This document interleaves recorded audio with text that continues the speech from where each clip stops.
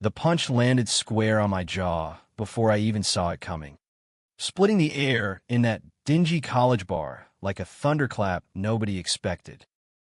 "Faggot," he snarled, his breath hot with cheap whiskey, eyes wild like he'd been holding that word in for years. Michael, the golden boy from Psych 101, the one who'd made my freshman year a living hell. I tasted blood and betrayal. But what hit harder was the way his hand lingered on my collar just a second too long, like he was pulling me closer instead of pushing me away. I wiped the blood from my lip with the back of my hand, staring up at him from the sticky floorboards of O'Malley's, the kind of dive bar every small-town college kid in upstate New York flocks to on graduation weekend. The jukebox was blaring some Springsteen anthem about glory days. Ironic as hell, because mine felt like they just shattered all over again. Michael towered over me, his broad shoulders heaving under that faded Yankees hoodie, the same one he'd worn to class every Tuesday and Thursday, slouched in the back row like he owned the room. Back then, he'd flick paper wads at my neck, whisper queer under his breath during DR. Hargrove's lectures on Freudian repression, and once, after I aced a group project he bombed, he'd corner me in the hall and shove me against the lockers hard enough to bruise. "Stay in your lane, Ethan," he'd hissed, his face inches from mine, close enough that I could smell his cologne, something woodsy and expensive, like old money trying to buy its way out of boredom. Now, for years later, here we were, me, 22 and freshly graduated with a psych degree that felt about as useful as a screen door on a submarine, nursing a black eye and a grudge that had festered like an open wound. Him, still built like a linebacker who'd traded football scholarships for beer pong championships. His jaw set in that stubborn line I remembered from 100 Nightmares. The bar had gone quiet. A circle of gawking alumni frozen mid-cheers. Red Solo cups hovering like bad omens. My best friend, Lena, was already on her feet, her curly hair wild as she yelled, "What the fuck? Mike, back off!" But I waved her down, scrambling up on shaky legs. Not because I was brave, God. No, but because running from Michael had been my default setting for too long. And tonight, with my cap and gown still crumpled in the corner booth, I was done. "Why?" I spat, my voice cracking like it always did when anger mixed with something uglier, something that twisted in my gut like regret. 4 years later, and you're still pulling this shit? What? Did seeing me on the dean's list one last time finally break you? The words hung there, sharp and petty, but they were all I had. Michael's eyes, hazel, flecked with gold when the light hit them right, flashed with something I couldn't read. Fury? Shame? Or was it the same flicker I'd caught in Psych 101, when he'd stare me a beat too long during discussions on attachment theory? Like he was dissecting his own demons through my skin? He laughed, but it was hollow, echoing off the neon Budweiser signs. "You think this is about you, Ethan? Always the victim. Huh? Playing the gay card like it's your goddamn superpower." The slur hit like a second punch, and the bar erupted, Lena lunging forward. A couple of guys from the lacrosse team grabbing Michael's arms. But he shook them off easy, like swatting flies, and stormed out into the muggy June night, the screen door slamming behind him. I sank back onto the stool, the world blurring at the edges from the adrenaline crash. Lena draped an arm around me, muttering about pressing charges, but I just stared at the door, my mind reeling back to the first time he'd ever said my name. It was week 3 of Psych 101, syllabus still crisp in our binders, and DR. Hargrove had us pair up for icebreakers. "Share your deepest fear," she'd said, her voice all warm and professorial, like we were in some feel-good TED Talk instead of a lecture hall that smelled like stale coffee and regret. I'd drawn the short straw, ending up across from Michael in the squeaky desk by the window. He was everything I wasn't, straight A athlete on a partial ride. Frat boy charm that made girls giggle and guys slap his back. The kind of guy who could quote Nirvana lyrics and still bench press twice my weight. Me? Lanky. Bookish Ethan from the wrong side of Albany. The kid with the thrift store flannels and a backpack full of dog-eared paperbacks. I come out sophomore year. After a brutal homecoming where my high school ex had outed me to the whole town. But college was supposed to be my fresh start. No more hiding. My deepest fear, I echoed, forcing a smile as his knee bumped mine under the desk. Accidental. Probably. Being invisible. Like, really seen, you know, for who I am. Lame. Sure, but honest.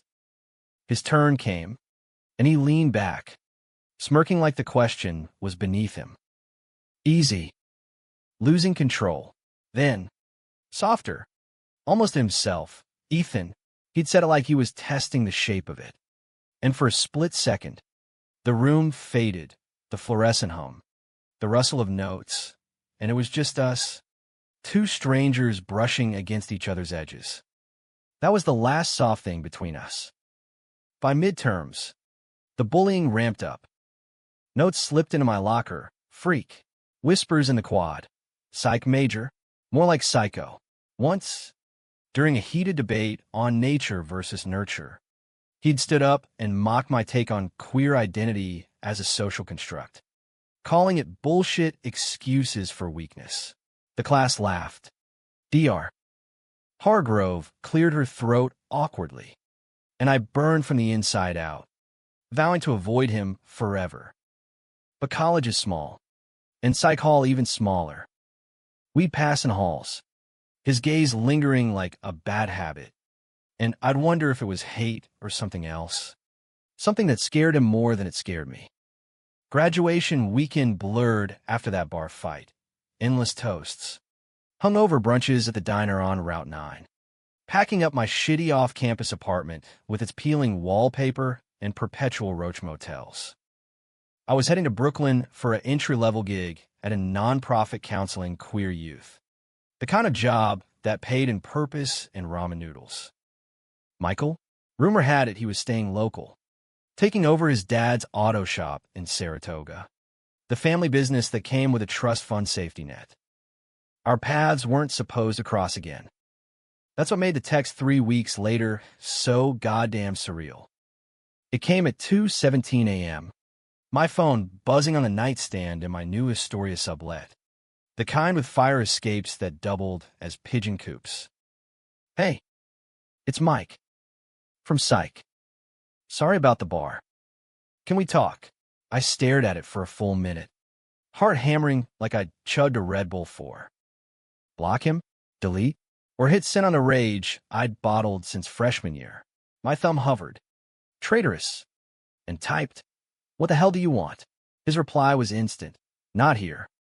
Coffee? Tomorrow. 10 a.m. That spot on 30th Avenue. I showed up anyway, nursing a black eye that had faded to a sickly yellow. Because closure's a bitch, and I needed to see the look on his face when I told him to fuck off for good. The cafe was one of those hipster havens, exposed brick, pour-over coffee that cost as much as my first car payment, baristas with sleeve tattoos and ironic mustaches. He was already there, crammed into a corner table, looking smaller without the bar shadows. Clean-shaven, hair combed back, wearing a button-down that screamed trying too hard. No hoodie, no smirk. Just Michael, fidgeting with a napkin like it held state secrets. "Ethan," he said as I slid into the seat across from him, my iced latte sweating rings onto the wood. "Thanks for coming. Look, about the other night." Save it, I cut him off. Voice steel. "You don't get to sorry your way out of 4 years of hell. What was that punch even for? Jealous I graduated summa cum laude while you scrape by with a C average? Petty. Yeah, but it felt good. Like lancing a boil." He winced, actual pain crossing his face. And for the first time, I noticed the shadows under his eyes, the way his hands trembled just a fraction. It wasn't about that. Or school. It's... Fuck. It's complicated. He glanced around, like the gluten-free muffins were eavesdropping, then leaned in. Remember that group project junior year? The one on trauma bonding? I nodded warily, the memory flooding back, us paired by fate or sabotage, huddled in the library till midnight, debating if love could be a cage. I caught him staring at my mouth once, mid-sentence, and he jerked away like I'd burned him.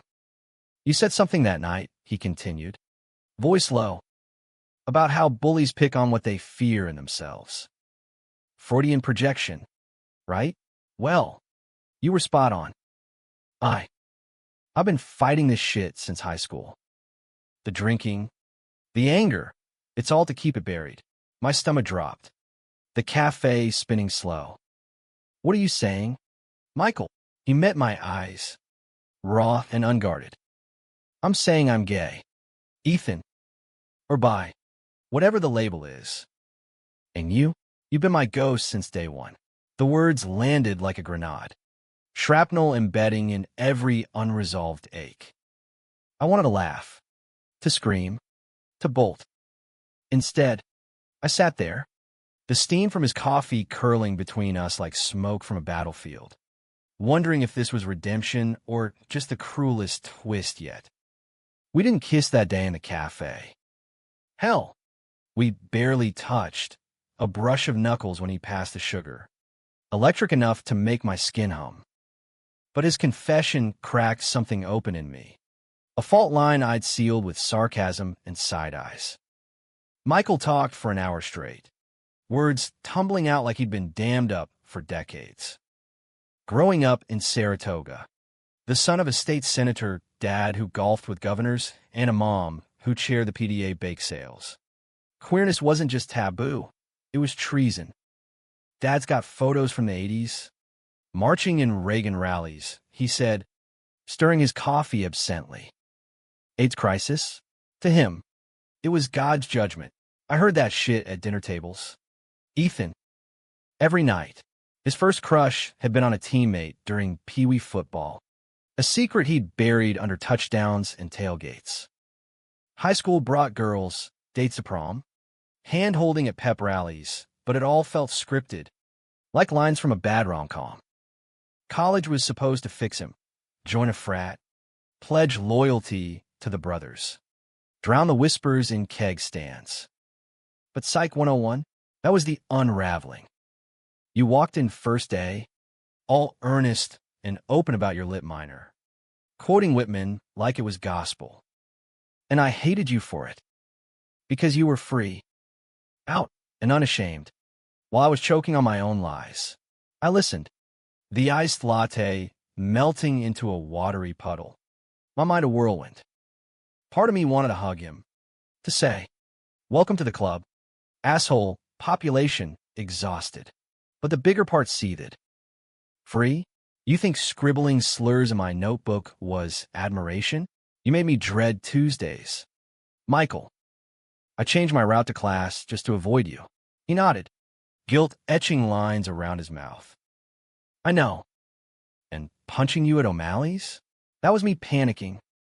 So you across the bar, laughing with Lena, looking happy, graduated, moving on. It hit me, we'd never talk again, and I'd die with this regret. So I drank, got stupid, and boom. Classic avoidance coping. Dr. Hargrove would have a field day. We parted with an awkward fist bump. His number on my phone like contraband.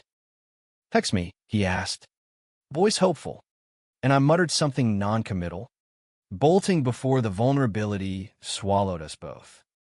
Back in Astoria, the subway rattled me home. Graffiti-scarred windows blurring the skyline into abstract hurt. Lena called twice, once to check on the eye, once to interrogate the mystery coffee date. I dodged, claiming work stress, but sleep evaded me that night. Michael's words looped, you've been my ghost. Was that love? But just projection? And why did it ache like homesickness for a place I'd never been? The next few weeks were a fever dream of new routines.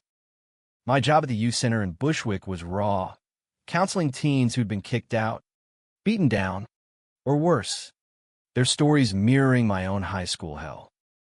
One kid, Javier, reminded me of 14-year-old me, wide-eyed, sketching in margins to escape the noise. How do you know when it's real? He'd ask about crushes, and I'd fumble answers drawn from Psych texts and half-remembered heartbreaks. Nights off, I'd wander Queens, hitting bodegas for plantains and beer, scrolling Michael's Insta, carefully curated shots of shop grease under his nails. Sunsets over the Adirondacks, never a hint of the storm inside. He texted sporadically at first, memes about Freudian slips, a link to a podcast on toxic masculinity. "This is me," the message read, and I replied with eye-roll emojis. But save the file anyway. Then came a call. Late August. Humidity thick as regret. "Road trip," he said. Casual, as if we hadn't spent years as enemies. "Saratoga's got this county fair, deep-fried, everything. Shitty rides." Neutral ground. I laughed to spite myself, picturing him in flannel amid Ferris wheel lights. "You're on," I said, ignoring the voice screaming caution. The drive upstate was 5 hours of awkward gold, him picking me up in his dad's old Ford pickup, radio stuck on classic rock, windows down to let the wind whip our secrets away. We talked surface stuff, his shop woes, customers haggling like it was a flea market. My center drama, a kid's runaway scare that ended in ER lights. But undercurrents pulled, his hand on the gear shift inches from my knee, the way he'd glance over during Wonderwall, singing off-key like confession. The fair was pure Americana chaos, booze hawking funnel cakes dusted in powdered sugar, kids shrieking on the zipper, air heavy with cotton candy and manure. We wandered like normals. Him winning me a lopsided stuffed bear at ring toss. "For your collection of emotional support animals," he quipped. Me dragging him to the psychic tent for laughs. Madame Zelda, all scarves and smoke, took one look at us and smirked. Two souls, tangled in mirrors. One must shatter for the other to see clear. Michael's laugh boomed, but his grip on my elbow tightened, and outside, under the midway lights, he turned to me. "She's full of shit, right? Psychic or not." "She's got a point," I said, heart thudding. The crowd surged around us, families, couples, drunk teens, and in that bubble, he stepped closer, his breath warm on my cheek. "Ethan, a voice shattered it. "Mike, bro, over here." Some old frat buddy, clapping him on the back, pulling him into a bro hug that lingered too long. I faded back, the moment souring like fairground grease. Who was I kidding? Michael in his element, high-fiving, beer-chugging, was the straight-passing king I'd always known. The vulnerability? A phase, like his vegan week freshman year. We drove back, mostly silent. The bear flopped between us like a chaperone. At my drop-off, he killed the engine, staring at the dashboard. That wasn't nothing back there. I meant it. "Then prove it," I challenged. Door half open. "Come out." To someone. Anyone. His face crumpled. A flash of the boy from Psych 101. Cornered. "It's not that simple. Dad's running for re-election. The shop's his legacy. If they knew, they're your ghosts. Not mine," I snapped, slamming the door harder than intended. The truck peeled away, taillights fading into Queens traffic, and I stood there, fists clenched, wondering why rejection from him still cut deepest. Fall deepened, leaves turning the city into a postcard of rust and regret. Work ramped up, a new kid, Marcus, with scars from conversion therapy his church dad swore by. "It don't work," Man, he'd whisper in sessions. Voice breaking. Just makes you hate yourself more. I'd nod, sharing slivers of my story. But Michael's shadow loomed. Text dried up. My "how's the shop" went blue-ticked into oblivion. Then, mid-October, a mutual friend post on Facebook. Michael, arm around a girl from high school at some tailgate. Her head on his shoulder. Caption: Old Flames. New game's homecoming king. Betrayal hit like winter wind. Raw and unrelenting. Was it all a lie? The confessions. The fairground? Almost. I blocked him. Deleted the thread. Threw the bear in a donation bin.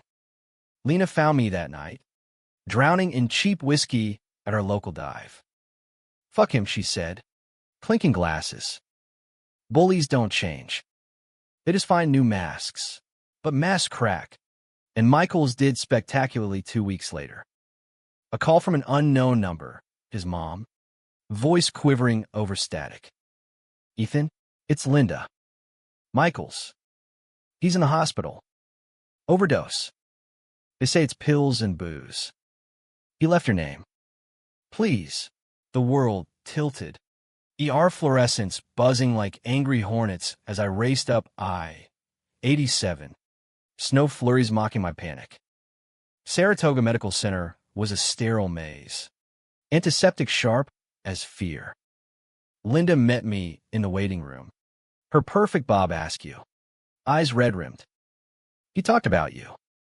After the fair. Said you saw him. Really saw. She pressed a crumpled note into my hand. Michael's scrawl. Ethan can't hide forever. Don't hate me. In the room. He was pale. Hooked to monitors beeping like accusations. Awake. Barely. I was finding mine across the tubes. You came, he rasped, hand twitching toward me. Idiot, I whispered, gripping the rail to steady myself. What the hell? Michael? Tailgates with exes? Then this. His laugh was a wheeze. Her? Setup. Dad's idea. Photo op for the campaign. Show the voters you're stable. Son. Tears tracked his temples. Broke me. Thought you'd hate me anyway. So why not end it? Rage and relief warred in my chest. A storm I couldn't name. Because you're worth more than that lie. But you gotta fight. Michael. For real this time. He nodded. Weak but resolute. And as the nurse bustled in, our fingers brushed, tentative, alive. It wasn't forgiveness. Not yet. But it was a start. Fragile as first frost. Winter clamped down on upstate New York like a judgmental ant, blanketing Saratoga in gray skies and slush that turned every sidewalk into a slip and slide of regret. I shuttled back and forth from Brooklyn. Weekends a blur of Amtrak delays and hospital coffee that tasted like regret boiled over. Michael's recovery was textbook slow burn, detox shakes. Therapy sessions with a no-nonsense shrink named Dr. Patel, who billed it as rebuilding the foundation before the house collapses. Family dynamics? A minefield. His dad, Senator Harlan Hank Whitaker, showed up once, starch suit, handshake like a vice, muttering platitudes about pulling yourself up by bootstraps before vanishing into campaign trail smoke. Linda lingered, baking pies she couldn't eat, her eyes pleading for a son she barely knew. Me? I was the wild card, the Psych grad interloper with a Metro card and a chip on my shoulder. You're good for him, Linda said one afternoon, passing me a mug of chamomile in the hospital lounge. He lights up when you walk in, like he's finally breathing. I mumbled thanks, but inside, doubt gnawed. Was I savior or symptom? The bully I'd hated had become this fragile version, joking about Freud in group therapy, sketching shop designs during quiet hours, and it blurred the lines I'd drawn in permanent marker. Discharge came mid-December, just as holiday lights twinkled mockingly in shop windows. Michael moved back to the family house on the hill overlooking the track. A colonial monstrosity with horse paddocks and secrets in the attic. I drove up for Christmas Eve, nerves jangling like jingle bells on meth. The spread was wasp perfection, turkey carved tableside. Bing Crosby crooning from hidden speakers. Hank holding court with stories of Albany power plays. Under the tree, wrapped in red paper, was a leather-bound journal, my name etched in gold. Inside, Michael's handwriting, for your fears. Write them out. Or burn them. Your call. We stole moments in the solarium, away from crystal flutes and forced cheer. Miss this, he said, tracing my palm with his thumb. The gesture so casual it stole my breath. Our first kiss happened there. Snow muffling the world outside, soft. Tentative. Tasting of eggnog and hesitation. His lips were chapped from meds. Hands cupping my face like I might vanish. Ethan, he murmured against my mouth. You're the only real thing I've got. It was magic. The kind that fools you into forgetting physics. New Year's. We rang in at a dive bar in Albany, not O'Malley's. Thank God, dancing to a cover band butchering Sweet Caroline. His hand in mine felt like victory, public enough to thrill, private enough to protect. Back in Brooklyn, he crashed my sublet for a week. Us against the radiator's hiss. Movie marathons, he loved rom-coms. The sap, takeout from the halal cart. Whispered confessions till dawn. I love you, he said one night, tangled in sheets. And I echoed it back, the words heavy with the weight of what we'd survived. But spring thawed more than ice. Hank's campaign heated up, re-election banners fluttering from every lamppost, ads touting family values that curdle my stomach. Michael threw himself into the shop, grease under his nails a badge of independence. But stress lines crept in. He's pushing, he confided over FaceTime, voice strained. Want me at fundraisers, smiling for the cameras. With dates, the word landed like a gut punch. Told him no. But the pressure. I flew up for a weekend in April. The drive to the shop, a therapy session on wheels. He was under Chevy, coveralls streaked black, emerging with a grin that didn't reach his eyes. Fixed her up, he said, wiping his brow. Like us, I teased. But the wrench he handed me felt symbolic, heavy, unwieldy. That night, dinner at a roadhouse on the edge of town, ribs sticky with sauce, beer flowing like apologies. We were midway through dissecting a Pixar flick when his phone buzzed. Hank. Insistent. Michael ignored it twice, then excused himself, voice low in the hall. I caught fragments. Not now. Dad. Yeah, she's nice. But, no, I can't pretend anymore. Silence stretched. Then a crash. Glass shattering? He returned pale. Knuckles white. He knows. About us. Saw a text from Lena. Congrats on the new guy. Freak. The fallout was biblical. Hank cut him off that week. No trust fund drip. No shop deed. You're disgracing the name. He'd roared over speakerphone. Linda sobbing in the background. Michael packed a duffel. Showed up at my door in Astoria with 2 days stubble and a broken taillight. Can I stay till I figure shit out? I said yes. Because love's a stupid math. Risk plus ache equals hope. But cohabitation cracked us open. Petty fights erupted. Him leaving tools on the fire escape. Me snapping at his country radio station. Deeper cuts came in quiet, his nightmares. Thrashing awake yelling, I'm sorry, or my therapy sessions spilling over into accusations. You still see the bully sometimes, I'd admit. And he'd flinch, retreating to the couch like a wounded animal. The real fracture hit in June, anniversary of the bar fight. We'd planned to redo O'Malley's. Redemption arc style. Lena tagged along, wary but warming, toasting to plot twists, midway through Wings. His phone lit up, a photo from an anonymous number. Him and me, kissing in the solarium, time-stamped Christmas. Caption: Whitaker airs dirty secret. Voters deserve to know. $50,000 to bury it. Blackmail. From some campaign rival. Or worse, an inside job. Michael's face drained of color. Fork clattering. "Dad," he whispered. He paid to keep this quiet. But leak it himself? To control the narrative. We drove home in silence. The city lights smearing like accusations. At my place, he paced. A caged tiger. Find it now.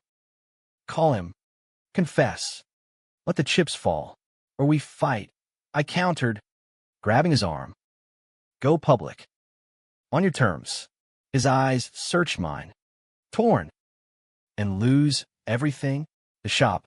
Mom's respect. My shot at normal. Normal's a myth. I shot back. Voice rising. You taught me that. Remember? With every shove, every slur. This is your chance to unlearn it. He yanked away, storming out into the humid night. Easy for you to say. You've always been out. I come out now. It's suicide. For all of us. The door slammed, echoing my heartbeat. Hours later, a text. Need space. Back to Saratoga. Don't follow. I didn't sleep. Replaying the fight like a bad loop. Was this betrayal? Him choosing legacy over us? Or self-preservation? The kind I'd preach to my kids at the center? Days blurred into a haze. Work suffered. Javier noticed, cornering me after a group. You okay? Look like you got ghosted by your own shadow. I forced a smile. But inside, fury brewed. Michael's silence stretched. A week. 2. Punctuated by radio silence. Then, a package, the journal I'd barely cracked. Pages filled with his entries. Last one, Ethan. If you're reading this, I failed. But no, I chose you in my heart. Always. Forgive me. Panic clawed. I called Linda. Voicemail. Drove up unannounced. The shop dark. For sale sign, mocking from the window. At the house. She answered. Hollow-eyed. He left. After the call with Hank. Said he couldn't drag you down. Where? I demanded. Keys jingling like chains. West. California. Maybe. Chasing dreams or running. Wouldn't say. The drive back was a blur of tears and taillights. Betrayal settling like lead. He'd chosen the easy out, ghosting me. Like I'd been his phase. Rage simmered. Hot and righteous. But under it, empathy whispered. Michael's cage had always been gilded, and breaking free mint shards. Summer peaked in a heat wave that turned the city into a skillet, mirroring the boil in my veins. I threw myself into work, volunteering extra shifts, mentoring Marcus through his first Pride float. Lena dragged me to Fire Island for a weekend reset, beaches, bonfires, boys who didn't carry baggage like carry-outs. One night, under stars sharp as accusations, a stranger's kiss tasted like salt and forgetting. Almost. Then, Labor Day, a knock, him on my stoop, sunburned and sheepish, duffel at his feet. Missed my flight. Or didn't take it. Realized running's just another bully tactic. His eyes, pleading. Can we try again? No masks. I wanted to slam the door, to scream the months of hurt. Instead, I pulled him inside. Our embrace fierce. Flawed. Alive. One condition, I murmured into his neck. We go public. Together. He nodded against my hair. A vow in the tremble. Deal. Fall semester vibes hit Astoria like a freight train, back to school sales at the Duane Reade. Kids shrieking in the playground below my window, but for us, it was Reconstruction season. Michael crashed on my couch officially.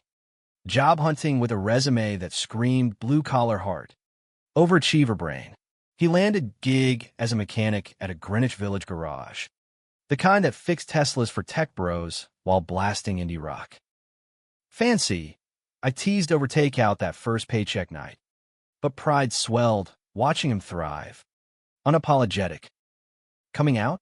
We mapped it like a Psych case study. Stages of grief. But for secrets. First, Lena, over pizza in my living room. Michael spilling his guts while she lobbed questions like softballs.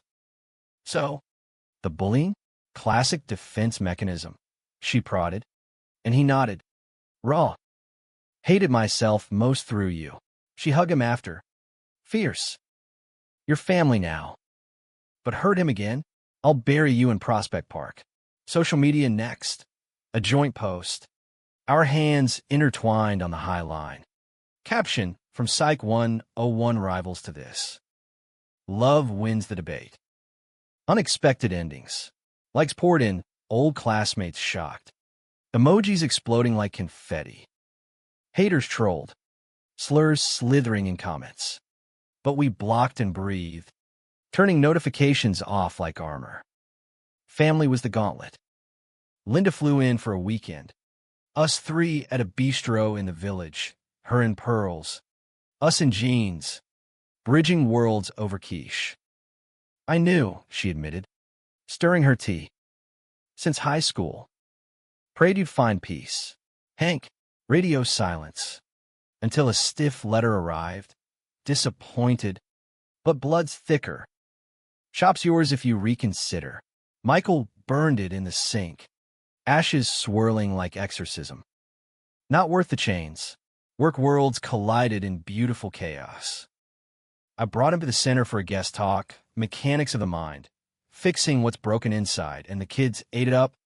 Javier peppering questions about vulnerability. Marcus, bolder now, high-fived him after. You're proof it's possible. Man, evenings, we debrief over stoop beers. His head on my shoulder. City hum our soundtrack. This is normal, he'd say. Odd. Us. Here. But peace is fragile. In October unearthed the blackmail ghost. An envelope slid under my door. No postmark. Just a USB drive and a note. Leak drops tomorrow unless $100,000 wired. Ask Whitaker Sr. Michael's face when I showed him thundercloud dark. It's Dad. Has to be. Campaigns tanking, scandals left and right. This exposes me as the villain. Saves his family man image. Fury ignited. A bonfire of betrayal. We confronted via video call. Hank studied a backdrop of leather-bound lies. What the hell? Dad, Michael roared. Me gripping his hand off screen. Paying off my happiness? For votes. Hank's denial was oil slick. Protection. Son. Voters fear change. This lifestyle, it'd ruin us. But cracks showed, sweat beading on his brow. Eyes darting to unseen advisors. Wire the money. End this. No, Michael said, steel in his spine. We're going public. Full press conference. Your sins. Not mine. The line went dead. That night, we leaked it ourselves. Statement to the Albany Times-Union. Senator Whitaker's aide attempted extortion to suppress my relationship. Love isn't a scandal. Hate is. Media frenzy erupted. CNN panels debating queer family values. Protests at campaign HQs. Linda going rogue with a tearful op-ed. My son deserves truth. Not transactions. Climax crested election night. Us holed up in a Brooklyn watch party. Lena's apartment. Rainbow flags draped like battle banners. Polls closed. Hank's lead evaporated. 48% to 52%. Opponents sweeping in on a wave of outrage. You did this, Michael whispered, pulling me close as cheers erupted. Us. But victory's bitter edge cut deep. Hank called at dawn. Voice gravel. Ruined me. For what? A boy. Michael's reply. For me, Dad. Finally. Click. No apology, just the echo of a bridge burned. Aftermath was quiet healing. Hank retreated to a Florida condo. Whispers of divorce swirling. Linda sold the house. Moved closer to a co-op in the Hudson Valley. Visits monthly with apple pies and amends. Michael and I, we built. Him expanding the garage into an apprentice program for at-risk youth. Me publishing a blog series on bullying the mirror, when hate hides love, therapy in pixels. 1 year post-bar fight. We returned to upstate, not O'Malley's, but the lake dock where I'd always imagined peace. Dusk painted the water gold. Fireflies winking like old friends. He dropped to one knee. Not with a ring, too soon. Too loaded, but a key to a fixer-upper cabin in the Catskills. Our fresh start, he said. Voice thick. No ghosts. Just us. I pulled him up, kissing him fierce under the fading sun. Tears salting our lips. Yes, I breathed. 1,000 times. Life isn't fairy tale. Fights flare. Doubts whisper. Scars itch on humid days. But in the quiet, when his hand finds mine across a breakfast table or during a midnight drive with Springsteen low, I see it. Redemption's not erasure, but rewrite. From Psych 101 enemies to this flawed. Fierce. Found. No one saw it coming. Least of all me. But damn, if it isn't the plot twist worth every punch.